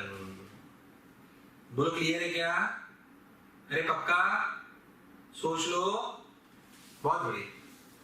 हाँ भाई, तो हमने अभी तक वो पढ़ा इलेक्ट्रोस्टैटिक शील्डिंग, क्या पढ़ा इलेक्ट्रोस्टैटिक शील्डिंग। ऐसे अगर मैं आपसे बोल दूं कि भाई थोड़ा सा डिस्ट्रीब्यूशन कैसा है तो आपको समझ में आ जाएगा कि मान लीजिए आपका, तो मैंने पढ़ाया उसी पे बात दे देते हैं कि मान लीजिए आपसे बोलूं कि आपका ऐसे एक स्फीयर है कंडक्टिंग, उसमें कैविटी अंदर ऐसी अनसिमेट्रिक है, तो आप लॉजिकली नहीं बता सकते कि कैसे चार्ज डिस्ट्रीब्यूट होगा। अगर मैं यहाँ पे चार्ज क्यू रखूं तो यहाँ पे माइनस क्यू जो डिस्ट्रीब्यूट होगा वो नॉन यूनिफॉर्म डिस्ट्रीब्यूट होगा, और इस तरीके से होगा कि दोनों की वजह से बाहर इलेक्ट्रिक जीरो हो जाए, बाहर जो प्लस क्यू आएगा वो डिस्ट्रीब्यूट होगा सिग्मा वैल्यू को आरसी के हिसाब से, ये अंदर वाला बाहर निकलेगा तो ये यूनिफॉर्म डिस्ट्रीब्यूट होगा। ऐसे ही आप सोचो कि अगर आपकी ऐसे स्फेरिकल कैविटी है और ये यहाँ पे भी स्फेरिकल कैविटी है, भले अनसिमेट्रिक हो, कि यहाँ पे अगर मैं चार्ज क्यू रख दूं, ठीक, यहाँ पे अगर क्यू रख दूं, यहाँ पे माइनस क्यू कैसे डिस्ट्रीब्यूट होगा यूनिफॉर्मली, क्योंकि ये इसका कोई बाहर से लेने नहीं है, और ये बाहर भी कैसे होगा यूनिफॉर्मली। ऐसे ही अगर बाहर की सरफेस ऐसे अनइवन हो पर अंदर ऐसे कैविटी हो तो ये ऐसे मसाला सब जगह हो, और यहाँ क्यू रख दो तो यहाँ कैसे डिस्ट्रीब्यूट होगा माइनस क्यू, और बाहर कैसे डिस्ट्रीब्यूट होगा यूनिफॉर्मली डिस्ट्रीब्यूटेड, और बाहर कैसे डिस्ट्रीब्यूटेड होगा नॉन यूनिफॉर्मली डिस्ट्रीब्यूटेड। ऐसे ही अगर अपनी कैविटी ऐसे हो और कैविटी भी अनसिमेट्रिक हो और यहाँ क्यू रख दो तो यहाँ minus Q non uniformly distributed होगा, और यहाँ पे प्लस क्यू कैसे डिस्ट्रीब्यूटेड होगा यूनिफॉर्मली डिस्ट्रीब्यूटेड। सिंपल सिंपल सवाल इस तरीके के आ सकते हैं, आपको क्लैरिटी होनी चाहिए, क्लैरिटी होनी चाहिए। बोलो क्लियर है क्या? ठीक, इसमें कुछ बात एक बार एग्जामिनेशन में आई, क्या मैं आपको बताता हूँ, देखिए ध्यान से। उन्होंने क्या बोला, मैं आपको सवाल बताता हूँ, खुद सोचना, वीडियो को पॉज करके फिर मैं जो बता रहा हूँ उसको देखना, ठीक है? चलो, उन्होंने बोला कि आपके पास एक स्फीयर है, ठीक, इस स्फीयर पर एक कैविटी है, वो भी सिमेट्रिक है, और उन्होंने बोला कि जो आपने चार्ज रखा अंदर क्यू वो थोड़ा सा सेंटर पे रख के प्लस क्यू यहाँ रखा, तो उन्होंने बोला कि अगर आप ऐसे रख दो तो बताओ इलेक्ट्रिक फील्ड लाइंस किस प्रकार की होंगी, इलेक्ट्रिक फील्ड लाइंस किस प्रकार की होंगी, इलेक्ट्रिक फील्ड लाइंस किस प्रकार की होंगी। पॉज करो वीडियो को और सोचो किस प्रकार की। उन्होंने चार ऑप्शन दिए, मैं चार ऑप्शन नहीं दे रहा हूँ, बस सोचो, चार ऑप्शन देखिए तो आपको ज्यादा अच्छे समझ में आएगा, तो चार ऑप्शन मैं नहीं दे रहा हूँ, आप सोचो बस। अब सुनो कैसे, क्योंकि ये क्यू है तो सोचो ये लाइंस जो होंगी वो यहाँ पे जो माइनस क्यू आएगा वो यूनिफॉर्मली डिस्ट्रीब्यूट होगा नॉन यूनिफॉर्मली होगा। अब सोचो यहाँ पे लाइंस हो नहीं सकती, तो ये लाइंस इस प्रकार होंगी, सोचो इस पे ऐसे परपेंडिकुलरली गिरेगी, कैसे गिरेगी? परपेंडिकुलरली इस प्रकार, और बाहर क्योंकि प्लस की डिस्ट्रीब्यूशन होगा यूनिफॉर्म तो वो इस प्रकार से गिरेगी। समझ में आ रहा है? इस प्रकार से लाइंस होंगी। ऐसा होने से जरूरी है कर्व, क्योंकि परपेंडिकुलर तभी गिरेंगी क्योंकि इक्विपोटेंशियल रीजन है। कंडक्टर कैसा होता है? इक्विपोटेंशियल रीजन, तो क्या लाइंस परपेंडिकुलर टर्मिनेट करेंगी? हाँ। जो 4 ऑप्शन थे उसमें 2 में तो अंदर लाइंस थी, तो पॉसिबल ही नहीं। जो एक और सवाल था उसमें लाइंस ऐसी सीधी सीधी गिर गई थी, मतलब 90 डिग्री पे नहीं दिख रही थी, इसलिए वो गलत था। चौथा ऑप्शन ये था जो सही। क्या बात समझ आई है अच्छे से? किस तरीके के सवाल अपन कर सकते हैं? बिल्कुल कर सकते हैं, इसमें हमें कोई दिक्कत वाली बात नहीं। चलो भाई, तो कंडक्टिंग कैविटीज की बात हुई इस तरीके से, सुंदर सुंदर अच्छा क्या मजा आया। अब देखो, और अगर आपको हमारे वीडियो पसंद आ रहे हैं तो आप उसको जरूर से जरूर लाइक एंड शेयर करें। उसके पीछे बेसिक लॉजिक ये है कि बहुत सारे ऐसे बच्चे हैं जिनके जो ये चीज़ें नहीं अभी अडॉप्ट कर पा रहे हैं ईजिली, उन तक ये सारी चीज़ें पहुंच जाएं। इसके लिए हम आपसे बोल रहे हैं इसको लाइक एंड शेयर करें। तो नर्सरी चीजें पढ़ ली हमने, ये पढ़ लिया हमने, वो पढ़ लिया। अब देखो, कभी कभी ऐसे सवाल आते हैं कि जब आप ये बोलते हैं touching of two conductors, touching of two conductors, touching of two conductors, touching of two conductors, आइए टचिंग ऑफ टू कंडक्टर्स। अब क्या है देखो ध्यान से, टचिंग ऑफ टू कंडक्टर्स, जब भी दो कंडक्टर को ऐसे कनेक्ट करते हैं, मान लीजिए ऐसे दो कंडक्टर है, इनको अपन ने किसी वायर से कनेक्ट कर दिया, तो जो एक बात समझ में आनी चाहिए कि मान लीजिए मैं आपसे बोलूं कि यहाँ पे ये चार्ज मतलब इसका रेडियस r है और इसका रेडियस r है, और मैं आपसे बोलूं कि इस पर चार्ज 4q है और इस पे चार्ज q है। मैं आपसे बोलूं इसे क्लोज कर दें, तो आपसे बोला जाए बताइए इसमें फाइनल चार्जेस क्या होंगे। पहले अपन एक बात समझें कि चार्जेस के हिसाब से जब किसी भी दो कंडक्टर को टच कर देते हैं तो वो सिंगल कंडक्टर बन जाता है। तो चार्ज अपने आप को ऐसे रीअरेंज करता है कि दोनों का क्या सेम हो जाए, potential. So the concept is when we touch or connect to conductors then charges rearrange themselves in such a way that final potential of both the conductor should be same. Charge same हो जरूरी नहीं है, क्या same होगा सोच के बोलो, क्या सेम होगा? पोटेंशियल। क्या सेम होगा? पोटेंशियल। ठीक भाई, तो कुछ नहीं, सिंपल सी बात है, मान लीजिए यहाँ पे q चार्ज चला गया तो यहाँ कितना बचा 4q - q, यहाँ कितना हो गया q + q। तो सोच के देखो तो इसका फाइनल पोटेंशियल हो गया k4q q - q/r, इसका हो गया kq + q/2r। दोनों को अगर अपन सॉल्व कर ले तो q निकल आएगा, तो यहाँ कितना बचाएंगे तब जो अपन सवाल कर सकते हैं। कैसे तरीके सवाल आप कर सकते हो? बिल्कुल कर सकते हो। तो कॉन्सेप्ट है इसकी, when we touch or connect two conductors then final potential of both the conductors remains same। तो final potential same होता है, चार्ज सेम होता हो ऐसा जरूरी नहीं है। और we can say positive charge flows from higher potential to lower potential। क्या पिक्चर एकदम क्लियर है? ये कॉन्सेप्ट अपना बहुत बेसिक है, बहुत सिंपल सी बात है। ऐसे सवाल बहुत सारे आ चुके हैं, कभी जीपी बना लेते हैं, कभी एपी बना लेते हैं। जैसे मैं आपको बोलूं क्या करते हैं, जैसे मैं बताऊं कि मान लीजिए आपको एक आरडीएस का क्यू चार्ज दे दें, एक और ले लें, ठीक।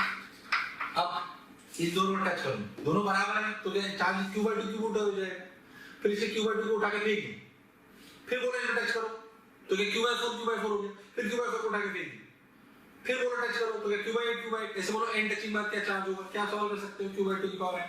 सोचो अगर ये r1 r2 अलग होते तो एक जीपी टाइप बनने लगती अगर मैथमेटिकल है तो आ सकते हैं। सर कॉन्सेप्ट ये है कि जब दो कंडक्टर्स को टच करेंगे या कनेक्ट करेंगे तो उनका फाइनली क्या सेम होगा? पोटेंशियल। क्या सेम होगा? पोटेंशियल। बहुत बढ़िया, ये बात हमको समझ आ गई, अच्छा लगा। और क्या करें देखो, और क्या करें देखो भाई, बहुत सुंदर क्लैरिटी से देखो। अब इस टचिंग का ही एक स्पेशल केस है, इसे हम कहते हैं अर्थिंग। जो आपने सुना होगा हमारे घरों में भी अर्थिंग करते हैं। तीसरा एक चार्ज होता है जो घर के अंदर अर्थिंग करते हैं ताकि पूरा चार्ज अंदर चला जाए, उसको समझाता हूँ। एक्चुअली अर्थ हमारी conductor, earth is a conductor, earth is a conducting material, ठीक। Earth is a conductor. अब होता क्या है, हम क्या करते हैं, हमारे अगर किसी भी कंडक्टर को हम अर्थ से कनेक्ट कर दें, किससे? अर्थ से। अर्थ का रेडियस होता है 6400 किलोमीटर, बहुत छोटा बहुत बड़ा, बहुत बड़ा। सोच में अर्थ लिखा है, ये कंडक्टर इतना बड़ा लिखा है तो ये भी बहुत बड़ा, रखें जैसा होता नहीं। और मान लो हम किसी कंडक्टर को अर्थ से कनेक्ट कर दें, मान लीजिए इस पे चार्ज क्यू था, इसका रेडियस आर था। आपको नहीं लगता चार्ज डिस्ट्रीब्यूट होगा और तब तक होगा जबकि दोनों का पोटेंशियल सेम ना हो जाए। मान लेते हैं इसका चार्ज क्यू, इसमें से क्यू निकला तो यहाँ कितना बचा? q - q। तो यहाँ कितना पहुंचा? q। तो फाइनली क्या सेम होगा? पोटेंशियल। तो kq - q/r equal to kq/re। आपको नहीं लगता k ने k को मार दिया? देखो ध्यान से, QRE minus QRE equal to QR। बहुत ध्यान से देखो तो Q की value QRE by RE plus R। बहुत लॉजिकली सोचो तो क्या RE बहुत बड़ा है R से, तो क्या ये RE plus R approximately RE है, तो इसने इसको मार दिया। तो क्या Q बेसिकली Q के बराबर है, मतलब क्या पूरा चार्ज यहाँ आ गया, तो यहाँ कितना बचा 0। अब यही काम करती है नॉर्मल केस में, अब यही काम करती है नॉर्मल केस में कि अगर उससे किसी कंडक्टर को जोड़ा जाए तो पूरा चार्ज खुद खा जाती है। इस लॉजिक की वजह से इसलिए जो भी कंडक्टर पर चार्ज बचता है वो पूरा अर्थ ले लेती है। इसलिए हम हमारे घरों पर सारे इलेक्ट्रिकल अप्लायंसेस को अर्थ से कनेक्ट कर देते हैं ताकि किसी कारणवश अगर उन पर चार्ज बच जाए कोई लीकेज की वजह से तो वो पूरा चार्ज कहां चला जाए, अर्थ में। कहां चला जाए, अर्थ में। बात बिल्कुल सही बोली। वरना सोचो, अगर आप सोचो इस पर चार्ज रखा होता और आप इसे ऐसे पकड़ लेते तो ये जो वायर का काम है ना ये आप करते, तो जब ये चार्ज यहां से बहता ना तो आपको बहुत अजीब सी अनुभूति होती, करंट लगता है जोरदार। बोलो क्लियर एकदम। चलो हाँ भाई, तो जो भी चीजें हम कनेक्ट करते हैं वो सब बेसिकली इसलिए करते हैं ताकि अर्थ में चार्ज चला जाए। अब ठीक भाई, पर ये तभी होता है जब ये अपना कंडक्टर आइसोलेटेड हो। कैसा हो आइसोलेटेड, किसी भी बाहरी एक्सटर्नल से इम्पैक्ट नहीं हो रहा, क्योंकि इसको कनेक्ट करने पर हमेशा पूरा चार्ज अंदर चला जाए ऐसा जरूरी नहीं है। ये तभी संभव है जब ये आइसोलेटेड है। तो मोस्ट ऑफ द चीजें हम आइसोलेटेड ही होती, तो लेकर नहीं होती। तो जब लोग कनेक्ट करते हैं तो क्या चीज सेम होना जरूरी है, क्या चीज जरूरी है, चार्ज जीरो होना कि पोटेंशियल जीरो होना? पोटेंशियल जीरो होना। क्यों? क्योंकि ये इतना बड़ा है कि पोटेंशियल जीरो करे मानता है। तो आप समझो कि जब भी हम अर्थिंग करते हैं, क्या करते हैं? अर्थिंग। तो जिस चीज को कनेक्ट करते हैं अर्थ से उसका क्या जीरो हो जाता है? चार्ज की पोटेंशियल। पोटेंशियल कंडीशन जीरो होनी कंपल्सन है, क्योंकि आइसोलेटेड है इसलिए चार्ज जीरो होना पड़ेगा। तो कंडीशन क्या है, चार्ज जीरो होने की पोटेंशियल जीरो होने की? On earthing what will happen to the conductor? The final potential of the conductor becomes zero. Charge may or may not be zero, so charge भी जीरो है क्योंकि isolated है इसलिए। पर कंडीशन चार्ज जीरो होने की नहीं है, क्या जीरो होने की है? पोटेंशियल। ये बात याद रखनी। So when we earth something potential of the conductor becomes zero. अच्छा, हमारी अर्थ इतनी बड़ी होती है तो हम इसको रिप्रेजेंट ऐसे करते हैं, इसकी बजाय इसको रिप्रेजेंटेशन ऐसे करा जाता है। तो जब भी ऐसा साइन दिखे तो आप सब लोग जानते हो कि अर्थिंग का साइन। जो मैंने इलस्ट्रेशन लिया, जो मैंने बात बोली उसका एक इलस्ट्रेशन लेता हूं। मान लीजिए एक चार्ज क्यू है, यहां से d दूरी पर अपना एक कंडक्टर है, कितनी दूरी पर? d दूरी पर, ऐसे d दूरी पर अपना एक कंडक्टर है। ऐसी बात में करेंगे जो इसको हम अर्थ करते हैं तो एक्सटर्नल एजेंसी के इंपैक्ट में आएंगे। अब क्या चार्ज जीरो होगा? नहीं, बल्कि इसमें ऐसा क्यू डैश चार्ज आएगा कि इसका नेट पोटेंशियल जीरो हो जाए। किसी वजह से, इसकी वजह से और इसकी वजह से, दोनों से मिलकर जीरो। तो सोचो मैं पहले भी बता चुका हूं, इस क्यू की वजह से यहां पे पोटेंशियल कितना है? k/d स्फीयर है, ये बात पहले कर चुके हैं। और खुद की वजह से कितना है? k/, अगर ये रेडियस r है तो r that should be equal to 0। तो q डैश की वैल्यू क्या आ गई? q डैश की वैल्यू आ गई rq/d। तो चार्ज जीरो नहीं हुआ, माइनस rq/d। तो चार्ज जीरो नहीं हुआ, क्या जीरो होना जरूरी है? पोटेंशियल। तो when you earth something what becomes zero? Potential. पर अगर कंडक्टर आइसोलेटेड हो तो क्या अर्थिंग, तो क्या चार्ज जीरो होना पड़ेगा? हां, इसलिए हम नॉर्मल लाइफ में ऐसा करते हैं। तो कॉन्सेप्ट समझ में आया? तो अर्थिंग का मतलब पोटेंशियल बिकम्स जीरो। बोलो क्लियर? क्या पिक्चर एकदम क्लियर है? और अर्थिंग एक स्पेशल केस है किसका? जब हम दो कंडक्टर्स को टच करते हैं या कनेक्ट करते हैं।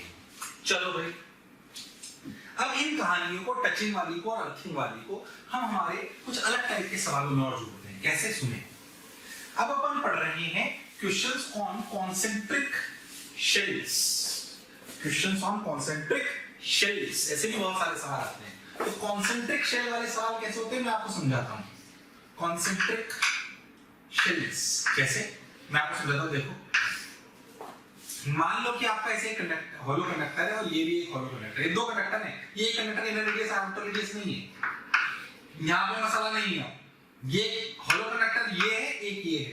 मान लो तो चार्ज q1 है, चार्ज q2 है, इसको S1 वाला उसको S2 मान लो।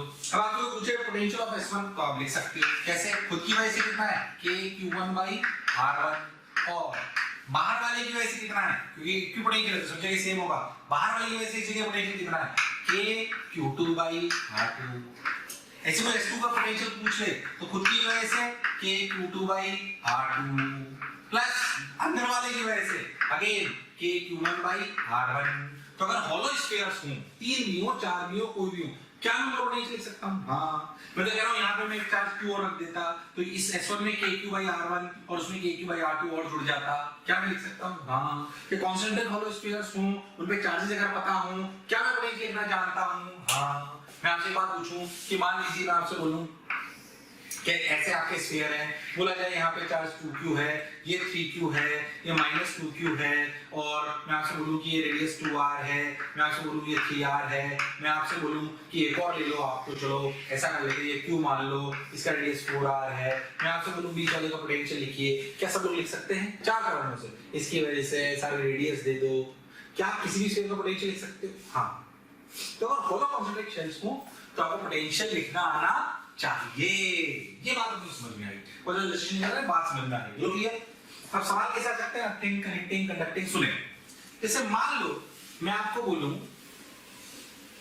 कि ना, ध्यान रखना सवाल, ध्यान रखना। मान लीजिए मैं आपसे बोलूं कि हम एक स्फीयर लें जिसका रेडियस r हो, एक और स्फीयर लें जिसका रेडियस 3r हो, और मैं बोलूं कि यहाँ पे चार्ज q है और यहाँ पे चार्ज 3q है, और मैं बोलूं कि मैं इन दोनों को ऐसे कनेक्ट कर देता हूँ, तो क्या होगा? इनमें फाइनल चार्जेस क्या होगा? वीडियो को पॉज करो और ट्राई करो, वीडियो को पॉज करो और ट्राई करो, क्या होगा? ठीक कर लिया? अब सुनो, देखो, मान लो कि q चार्ज फ्लो करा तो यहाँ कितना बचा? q माइनस q, यहाँ कितना हुआ? 3q plus q। तो सोचो ध्यान से, अब अगर इसका पोटेंशियल ये S1 का और ये S2 का, फाइनल पोटेंशियल ऑफ S1 और S2 बराबर होना चाहिए क्योंकि दोनों को कनेक्ट कर दिया है, तो फाइनल पोटेंशियल सेम होना चाहिए। S1 का पोटेंशियल खुद की वजह से KQ minus Q by R plus बाहर वाले की वजह से K3Q plus Q by 3R। अच्छा, S2 का पोटेंशियल अंदर वाले की वजह से KQ minus Q by 3R और खुद की वजह से K3Q plus Q by 3R। क्या इस वाली टर्म ने एक दूसरे को मार दिया? हाँ। R ने R को, K ने K को मार दिया? हाँ। क्या 3Q minus Q equal to Q minus Q? ऐसा तभी हो सकता है जब Q बराबर Q, यानी कि क्या पूरा चार्ज बाहर चला गया, इसका मतलब अंदर 0 बच गया और बाहर 4Q हो गया। अजीब सा लगा, 0 हो गया। लॉजिकली सोच, इस सवाल का उत्तर, अगर हमने इनर स्फीयर को आउटर स्फीयर से जोड़ दिया, वो भी कंडक्टिंग वायर से, तो क्या ये एक ही कंडक्टर बन गया? अगर ये एक ही कंडक्टर बन गया तो क्या all the charge reside to its outer surface? ये तो हम पहले ही पढ़ चुके हैं, मतलब जो पहले लॉजिक लगाया था उससे और जो मैथमेटिक्स कर रहे हैं बिल्कुल सही है। तो जब भी अगर इनर स्फीयर हो और बाहर स्फीयर हो तो उनको अगर कनेक्ट कर दोगे तो सारा चार्ज कहाँ मिलेगा? बाहर।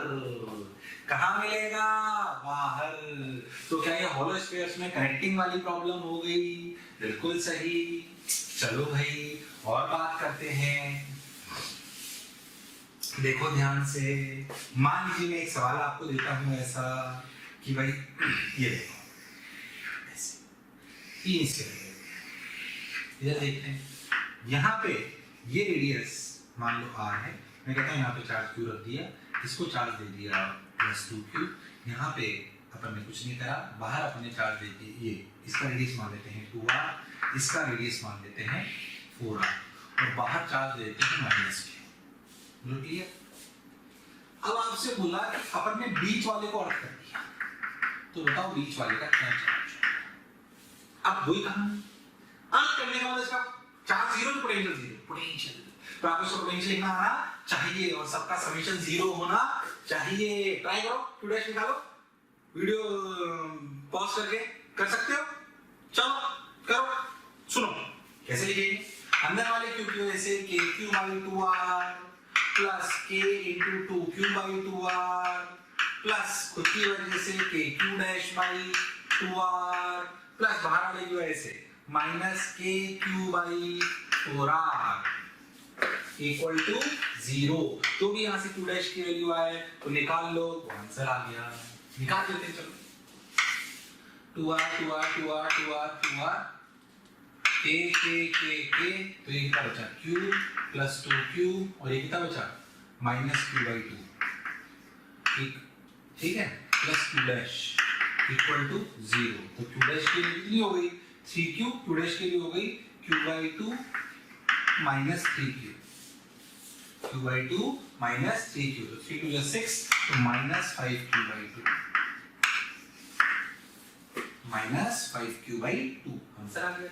यदि अर्थिंग में भी अगर सवाल आ जाए क्या मैं सवाल कर सकता हूं हाँ कॉन्सेंट्रिक हॉलो स्फीयर्स में अगर अर्थिंग में भी सवाल आ जाए तो मैं डिस्ट्रीब्यूशन कर सकता हूं। आ गया। अब इसमें जैसे यही सवाल लेते हैं इसमें कितना चार्ज आया माइनस 5q/2 अब कोई आपसे पूछे कि इसकी इनर सरफेस पे कितना चार्ज है तो आप बोलोगे q तो यह माइनस q इसमें टोटल कितना था 2q यहां कितना है माइनस q तो यहां कितना बचा 3q तो यहां कितना माइनस 3q इसमें टोटल कितना है माइनस 2.5q यहां कितना आ गया माइनस 3q मतलब यहां बचा होगा प्लस 0.5q तो यहां कितना माइनस 0.5q क्लियर टोटल कितना है माइनस q तो यहां पे भी कितना माइनस q वंस आप टच करके या अर्थिंग करके एक बार फाइनल चार्ज निकालो टोटल तो डिस्ट्रीब्यूट करना आपको आना चाहिए। सर ये कैसे याद करो क्या अपोजिट सरफेसेस पे अपोजिट चार्ज होने चाहिए यहाँ q यहाँ माइनस q यहाँ 3q तो यहाँ माइनस 3q ये कंडीशन सेटिस्फाई होने के लिए अपोजिट पे अपोजिट चार्जेस होने चाहिए। कैसे डिस्ट्रीब्यूट करें डिस्ट्रीब्यूशन पहले करें कि पहले चार्ज निकालें पहले चार्ज निकालें फिर डिस्ट्रीब्यूट करें। मान लीजिए मैं आपसे बोलूं कि आपका ऐसे चार्ज ऐसे स्फीयर है ये यहाँ पे माइनस 2q इस पर टोटल चार्ज 3q इस पे चार्ज 4q क्या आप सब जगह चार्ज डिस्ट्रीब्यूट कर सकते हो अंदर बाहर कर सकते हो तो पहले डिस्ट्रीब्यूशन निकालना है पहले सारे स्फीयर पे चार्ज निकालना है फिर डिस्ट्रीब्यूशन करना है। क्या पिक्चर एकदम क्लियर है तभी अपनी बात बनेगी वरना बात नहीं बनेगी। क्लियर एकदम तो कॉन्सेंट्रिक स्फीयर के शायद से अगर सवाल आ जाए तो अपने को करने आने चाहिए चलो भाई ये बात अपने को समझ में आ गई बढ़िया। अब कुछ बातें और कभी कभी कुछ सिस्टम्स की एनर्जी आपको लिखवाई जाती है उन्हें सुनिए कैसे सिस्टम एनर्जीज के कुछ और सवाल होते हैं सुनो सिस्टम एनर्जी अपन समझते हैं जो एनर्जी सिस्टम को बनाने में चाहिए वो एनर्जी सिस्टम की एनर्जी कहलाती है। जैसे मान लीजिए मैं आपको बोलूं कि एक हॉलो नॉन कंडक्टिंग स्फीयर है r1 रेडियस का q1 चार्ज का इससे d दूरी पर एक r2 रेडियस का फिर से सॉलिड नॉन कंडक्टिंग स्फीयर रखा है q2 चार्ज। बताइए सिस्टम की क्या एनर्जी है तो आपको समझ में आना चाहिए सिस्टम की एनर्जी दो तरह की होती है one is the interaction energy and one is the self energy. इस सिस्टम को बनाने के लिए क्या इस स्फीयर को बनाना पड़ा होगा इसको भी बनाना पड़ा होगा पास भी लाना पड़ा होगा तो इसकी सेल्फ एनर्जी क्या है हॉलो नॉन कंडक्टिंग स्फीयर की k q1 2r इसकी सेल्फ एनर्जी क्या है 3/5 k q2 square by r2। इनकी इंटरेक्शन एनर्जी क्या है पॉइंट चार्ज की तरह देखो k q1 q2 by 3 answer k q1 q2 by d क्या ये टोटल इस सिस्टम की एनर्जी हो गई हाँ बिल्कुल हो गई क्लैरिटी एकदम अच्छे समझ में आया आपने कोई दिक्कत नहीं बोलो क्लियर। इससे आपको एक अच्छा सवाल और कराता हूं देखो कैसे मान लो मैं आपको बोलूं कि आपका एक स्फीयर है ऐसे ठीक मैंने आपको बोला कि ऐसे आपका एक स्फीयर है इस तरीके की चर्चा है इस पे मान लीजिए चार्ज है q1 और ये रेडियस है a और ये रेडियस है b और इस पे चार्ज है q। बोलो क्लियर। मैंने देखा मैं सेंटर पे चार्ज कर दिया बोला क्या इस सिस्टम की एनर्जी बताइए। अब सोचो सिस्टम का तरीका वही होता है कि पहले सिस्टम को बनाने में जो एनर्जी खर्च हुई वो क्या है। सोचो मैं अंत से सबसे पहले क्यू को लाया वो तो पॉइंट चार्ज सेंटर वाला तो उसको बनाने में कोई एनर्जी खर्च नहीं हुई पर जब मैंने q1 बनाया तो क्या q1 की खुद की सेल्फ एनर्जी है k q1 square by 2a हाँ पर जब q1 को खुद तो खुद को बनाने में एनर्जी खर्च हुई पर जब q1 को यहाँ बिछाया होगा तब क्या इस q की वजह से potential k q by a होगा तो q की वजह से जो कार्य करना पड़ा क्या वो k q q1 by a है हाँ तो क्या ये आ गया और ये भी बन गया। अब सोचो जब इसको बनाया होगा तो क्या इसकी सेल्फ एनर्जी लिखी गई होगी k k2 square by 2a पर क्या जब Q2 को लाए तो क्या Q की वजह से भी कार्य करना पड़ा, KQ by A प्लस क्या KQ1 की वजह से भी करना पड़ा, KQ1 by A। ये इसकी टोटल एनर्जी होगी। ध्यान समझे, Q को लाए कोई कार्य नहीं करना पड़ा, Q1 को जब लाए तो खुद की सेल्फ एनर्जी बनी KQ1² by 2 है, और Q की वजह से कितनी, KQ by A into Q1। जब Q2 को लाए तो खुद की सेल्फ एनर्जी और इन दोनों की वजह से। That is how we write down the energy of systems. That is how we write down energy of systems. क्या पिक्चर एकदम क्लियर है? बढ़िया लगा? और सुनो, इसमें जो एक आखिरी बात, हालांकि वो कैपेसिटर में बहुत आती है तो ज्यादा नहीं बताता हूँ। ध्यान से देखो कि अगर ध्यान से देखो, मैं आपको डायरेक्ट एग्जांपल लेता हूँ, क्योंकि दो कंडक्टिंग पैरेलल प्लेट्स जो हैं वो उसके सवाल बहुत सारे कैपेसिटर में आएंगे, तो उसको वहीं पर पढ़ेंगे तो ज्यादा बेहतर है। बस अब इतना समझ लो कि अगर ऐसे दो कंडक्टिंग प्लेट हैं, रट लो इस बात को या समझ लो कि अगर यहाँ पे चार्ज Q2 और यहाँ पे मान लीजिए -2 है या यहाँ पे 3Q, तो चार्ज डिस्ट्रीब्यूट कैसे होता है, प्रूफ मैं नहीं बता रहा हूँ। इसके टोटल का आधा, 2Q और 5Q का आधा टोटल कितना हुआ, 5Q का आधा यानी कि 2.5Q यहाँ आएगा, तो यहाँ कितना बचा, -0.5Q। अपोजिट साइड पे अपोजिट आता है 0.5Q, तो यहाँ पे कितना बच गया, 2.5Q। मतलब अगर ऐसे कंडक्टिंग प्लेट्स हों तो उनपे टोटल का आधा बाहर आता है, बाकी अपोजिट में अपोजिट आता जाता है।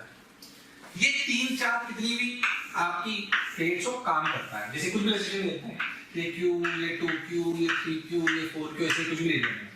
टोटल कितना हुआ, 3Q, 6Q, 10Q। तो यहाँ कितना हुआ, 5Q। यहाँ कितना बचा, -4Q। यहाँ कितना हुआ, 4Q।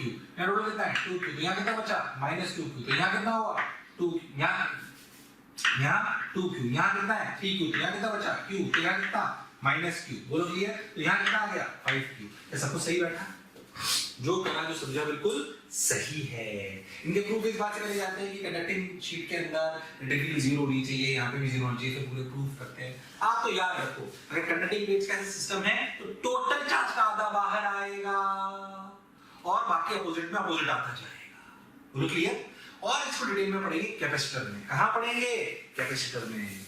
आशा करता हूँ इसका एक क्रैश कोर्स का आपको ये फायदेमंद रहा होगा। 110% बहुत अच्छे से समझदारी से आप लोगों को देने का प्रयास करा है।